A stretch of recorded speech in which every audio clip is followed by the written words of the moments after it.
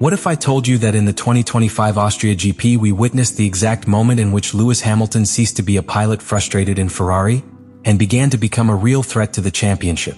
Lewis Hamilton crossed the goal line of the 2025 Austria Grand Prix in 4th position. For most, that would be simply a good result. For him, he represented something completely different. It was the first time in the whole season that was seen descending from the car with an expression that was not of frustration or resignation, but of satisfaction contained, almost relief. He had not won, he had not risen to the podium, but what he had achieved had a weight that is not measured in trophies. He had finally understood the SF25. That Ferrari that in the first races had baffled him, which made him look like a shadow of the pilot heptacampion that once dominated the category, now he was less like an indomitable beast and more as a machine he could dialogue. Since Ferrari arrived, Hamilton had been an unknown. His signing generated a wave of expectations, headlines, speculation. But in Australia, its debut, the environment was very different from what was expected. Under adverse climatic conditions and with a team even trying to tame his new creation, Hamilton was a victim of both the limited performance of the car and a failed strategy of the wall. He left that circuit with more doubts than answers. The distance with Leclerc on both track and an understanding of the car seemed insurmountable. There was talk of a strategic career error, yes, but also of a technical and emotional disconnection with the machine. Austria marked a break with that pattern. The Red Bull Ring, a demanding but direct circuit, allowed significant changes in the aerodynamic philosophy of the SF25 to be tested. It was not a simple evolution. Ferrari brought a complete redesign of the soil, with alterations in each aspect that influences the stability and efficiency of the car. Flat soil edges, diffuser, deflectors, central body. A series of improvements designed to increase the vorticity and efficiency of airflow, that is, to make the Ferrari a more predictable car in its behavior. But the technical is just a face of the result. In Q3, Hamilton remained only 0.127 seconds from Leclerc, when in other quotes that difference had been half a second or more. That, beyond the chrono, was the evidence that something had changed radically. Not only was it closer in times, but also in driving philosophy. His braking style in curve, his balance reading, everything began to synchronize with the DNA of his car. This is not improvised. It is the fruit of weeks of adjustments, analysis, and above all, of mental adaptation to an environment where he is no longer the unquestionable leader, but the new member of a culture that works under codes very different from those of Brackley. In that context, your radio message after crossing the line charges even more meaning. He was not triumphant, nor theatrical. He was sober, honest. He thanked the team, acknowledged that rhythm is still missing, but also stressed how well they had executed everything during the weekend. The important thing was not the place, it was the process. And in that process, Hamilton had just taken a step that had been chasing for 3 months. Stop driving blindly and start building a real, tangible narrative with Ferrari. Austria was not a victory. It was somewhat more rare in modern F1, a revelation. The point where a pilot and his machine stop fighting and begin to understand each other. And when that pilot is Lewis Hamilton, the result of that understanding has potential to change the course of a whole season. To truly understand what happened in Austria, it is not enough to observe the timetable or the final results. You have to look with magnifying glass what Ferrari did under the hood of the SF25, and above all, how that technical work managed to unlock something more important than a 10th here or there. He unlocked the confidence of his star pilot. The technical change introduced in the car was a high-risk bet. It was not a lower modification, such as a new front wing or a suspension review. What Ferrari led Spielberg was a deep restructuring of its aerodynamic platform. They changed the logic of the car from their most elementary interaction with the air.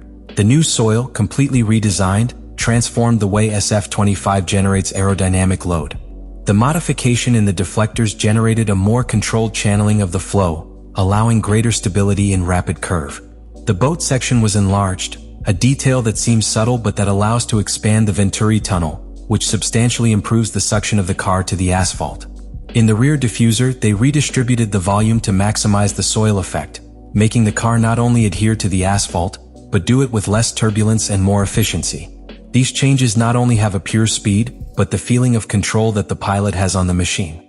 And that is where the true transformation enters, the psychological curve. Because no pilot, not even Hamilton, can perform at the highest level if he does not fully trust the car that leads. Even Austria, that trust did not exist. Every time Hamilton entered a high-speed curve or tried to find the braking limit, he made it with the doubt if the SF25 would respond with predictability or betray it. That uncertainty had been defensive. The technical change, rather than tense, gave him confidence. And with confidence, Hamilton stopped fighting the car and began to extract his true potential.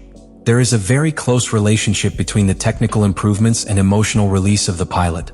When Hamilton says after the classification that has been the best day from the operational point of view, it is not referring only to how the team managed traffic on track or radio messages. He is talking about an environment where, for the first time, all mechanical elements, engineers, strategies worked in harmony with him. That cohesion, that synchronization between human and machine, is what builds champions. And Austria was the first successful essay of that symphony. It is also revealing how Hamilton addresses its relationship with Leclerc from this point. Instead of treating his partner as an obstacle or a threat, he sees it as a technical reference. For the first time, it adopts configurations similar to those of Leclerc, something that throughout the first part of the year had resisted. That change of attitude indicates a tactical maturity. It is no longer about imposing its style, but about adapting, absorbing what works, and then overcoming it. That is the mark of a true strategist on track. Austria, therefore, was not only the result of a new soil or a good day in classification. It was the convergence between science and trust, between technology and instinct, between engineering and emotion. A point where Hamilton ceased to be a guest in Maranello and began to become one of its architects. In that delicate balance between what the car can offer and what the pilot is capable of interpreting, unforgettable seasons are built. And if Austria was the beginning of something bigger, it was because Ferrari finally gave Hamilton the tools, and Hamilton for the first time knew how to use them. The fourth place in Hamilton in Austria has lit a spark. But that spark, to become a fire, needs more than a well-executed weekend. Formula One does not reward the momentary signs of life, but the ability to sustain them, to turn them into a trend. And this is where the question opens to Ferrari and his brand new star pilot. Are we facing the true beginning of a rebirth or simply before an optical illusion, magnified by the desperate need for something to work? Because although Spielberg's performance was encouraging, the general context of the season remains brutally competitive. McLaren not only leads the Builder Championship with authority, has also demonstrated a mechanical and operational consistency that would envy most of the teams. Lando Norris, in particular, has brought his piloting to a maturity level that a year ago seemed unattainable. He has won in Australia, has risen to the podium in China and Japan, and has shown that the MCL39 is not only fast, but is designed to adapt to very different circuits from each other. In dry, wet, high or low load conditions, McLaren has responded with surgical precision. This converts any Ferrari aspiration into an uphill battle. For his part, Mercedes, with George Russell leading a W15 that still gives signs of fragility, has also shown that it cannot be ignored. Russell has risen more than once, and the young Kimi Antonelli, despite his inexperience, has consistently scored. Toto Wolff has managed to stabilize a ship that for 2024 seemed to drift, and although its car does not have the pure speed of the McLaren, it does have an operational efficiency that can make a difference in complex scenarios. On that board, Ferrari cannot settle for a good race. You need continuity. It needs to show that what happened in Austria was not a coincidence derived from a favorable circuit or a successful update. You need to answer in Silverstone, in Spa, and Monza. And, above all, he needs to demonstrate that his structural weaknesses that in 2024 cost key points for erratic decisions from the wall have been really corrected. Hamilton knows it. That is why his message after Austria was not triumphant. He thanked, he valued, but also stressed that he had no rhythm. That self-criticism is vital. Because even on his best weekend of the year, Ferrari was not the fastest car. It wasn't even the second. It was the fourth. The difference was that this time the team operated efficiently, the car behaved as planned, and the pilot managed to extract the maximum without errors. But that, in Formula One, is the floor, not the roof. The question then persists as a shadow about Maranello's box. Can this team replicate what was done in Austria in less favorable contexts? Can Hamilton maintain this adaptation line when the layout, temperature, or compounds are not ideal? Can Ferrari sustain the rhythm of development against rivals that will not stop evolving? What happened in Austria with Lewis Hamilton is not simply one more anecdote in its extensive career. It is a turning point that demands attention, reflection, and above all, monitoring. Because if something has taught the story of Formula One, it is that the championships are not won in a weekend.